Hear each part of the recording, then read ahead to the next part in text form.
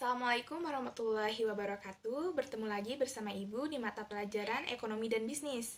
Nah, ada yang masih ingat minggu lalu kita mempelajari apa?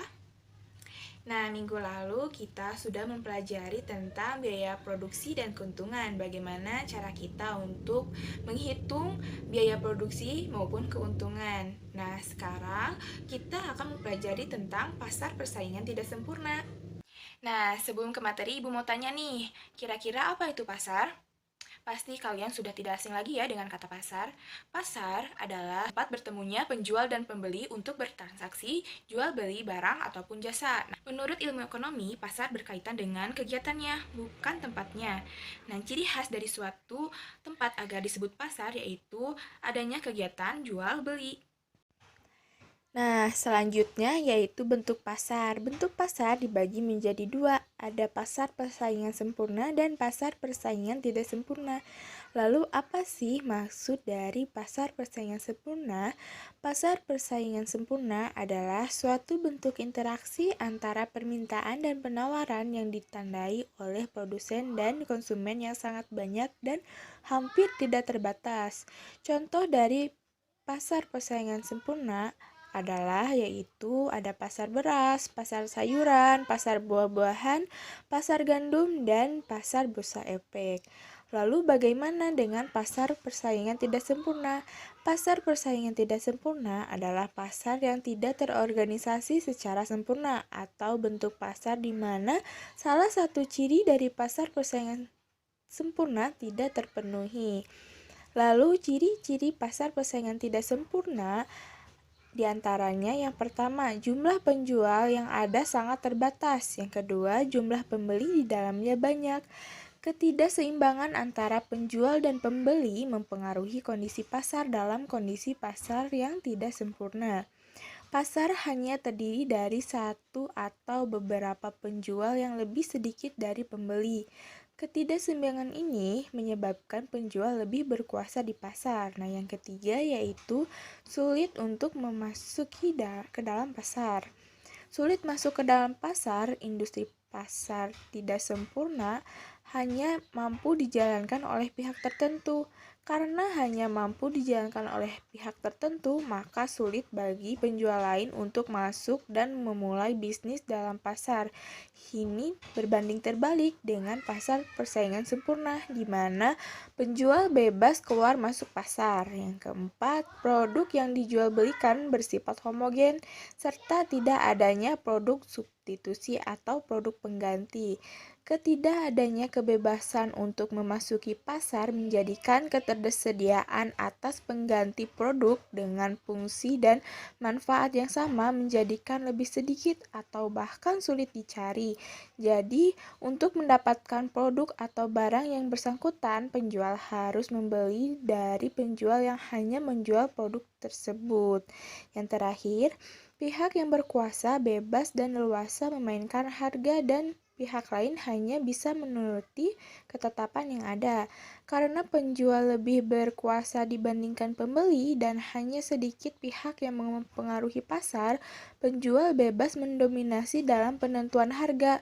Kebebasan dan dominasi memungkinkan perusahaan memperoleh profit yang jauh lebih besar. Nah, hal ini disebabkan oleh persaingan yang minim dalam penjualan barang di pasar.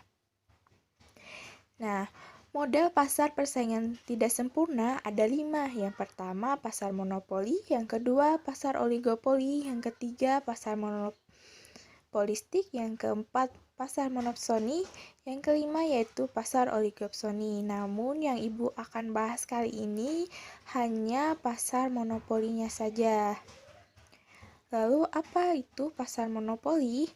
Yaitu suatu keadaan di mana hanya ada satu kekuatan atau satu penjual yang dapat menguasai seluruh penawaran sehingga tidak ada pihak lain yang menyainginya atau terdapat pure monopoli.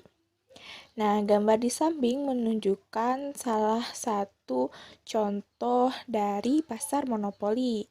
Yang pertama ada PT PLN dan PT KAI. Lalu apa saja ciri-ciri pasar monopoli? Yang pertama, pasar monopoli adalah industri satu perusahaan. Hanya ada satu saja perusahaan dalam industri tersebut. Dengan demikian, barang atau jasa yang dihasilkan tidak dapat dibeli di tempat lain. Yang kedua, tidak mempunyai barang pengganti yang mirip. Barang yang dihasilkan oleh perusahaan tidak dapat digantikan oleh barang lain yang ada dalam pasar. Barang tersebut merupakan satu-satunya jenis barang yang seperti itu dan tidak terdapat barang yang mirip yang dapat menggantikan barang tersebut. Yang ketiga, tidak terdapat kemungkinan untuk masuk ke dalam industri. Sifat ini merupakan sebab utama yang menimbulkan perusahaan yang mempunyai kekuasaan monopoli. Yang keempat, dapat mempengaruhi penentuan harga. Oleh karena perusahaan monopoli merupakan satu-satunya penjual di dalam pasar, maka penentuan harga dapat dikuasainya. Oleh sebab itu, perusahaan monopoli dipandang sebagai penentu harga atau price setter. Yang terakhir, promosi iklan kurang diperlukan. Kenapa?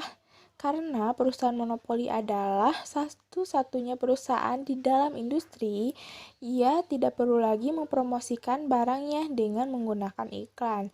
Pembeli yang memerlukan barang produksinya terpaksa membeli daripadanya. Lalu faktor-faktor yang menimbulkan pasar monopoli. Yang pertama, pasar monopoli mempunyai suatu sumber daya tertentu yang unik dan tidak dimiliki oleh perusahaan lain. Yang kedua, perusahaan monopoli pada umumnya dapat menikmati skala ekonomi (economies of scale) hingga ke tingkat produksi yang sangat tinggi. Yang ketiga, monopoli wujud dan berkembang melalui undang-undang, yaitu pemerintah memberikan hak monopoli kepada perusahaan tersebut. Selanjutnya ada macam-macam monopoli. Yang pertama, monopoli by law, yakni monopoli oleh negara untuk cabang-cabang produksi yang penting bagi negara dan menguasai hajat hidup orang banyak. Kira-kira contohnya apa ya? Ya, betul. Contohnya yaitu PT Pertamina. Yang kedua, monopoli by nature, yang mana monopoli ini lahir dan tumbuh secara alami karena didukung iklim dan lingkungan tertentu. Contohnya yaitu PT PLN dan PT KAI. Yang ketiga, monopoli by license, yang mana izin penggunaan hak atas kekayaan intelektual. Ada yang tahu contohnya apa? Ya, contohnya yaitu Microsoft Office. Lalu, apa saja kelemahan dan kelebihan pasar monopoli? Untuk kelebihan, diantaranya yaitu mendorong untuk adanya inovasi baru agar tetap terjaga monopolinya. Yang kedua, tidak ada kemungkinan timbul perusahaan-perusahaan lain yang kecil sehingga perusahaan monopoli akan semakin membesar. Nah, mampu melakukan penelitian dan pengembangan produk. Yang keempat, dapat meningkatkan daya saing bila mana monopoli diperoleh karena kemampuan efisiensi. Yang kelima, mudah mengontrol kepentingan orang banyak bila monopoli dilakukan oleh negara.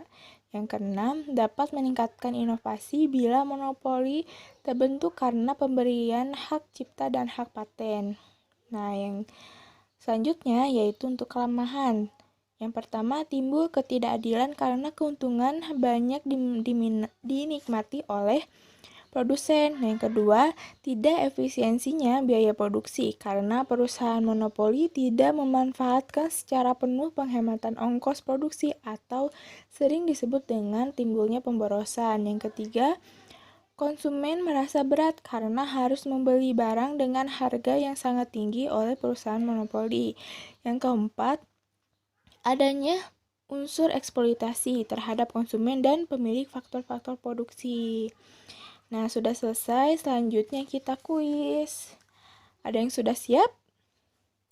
Oke, untuk soal pertama, pasar yang terdapat satu penjual untuk satu jenis barang hingga penjual bebas menentukan harga disebut pasar A. Monopoli, B. Pasar monopolistik, C. Pasar oligopoli, D. Pasar monopsoni.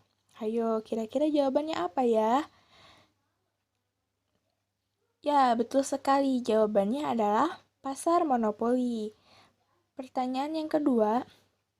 Nah, gambar berikut merupakan contoh dari A. Monopoli by license, B. Monopoly by nature. C. Monopoly by law. D. Monopoly. Ayo, apa? Ya, betul. PT Pertamina merupakan salah satu contoh dari monopoli by law. Oke, sekian dan terima kasih.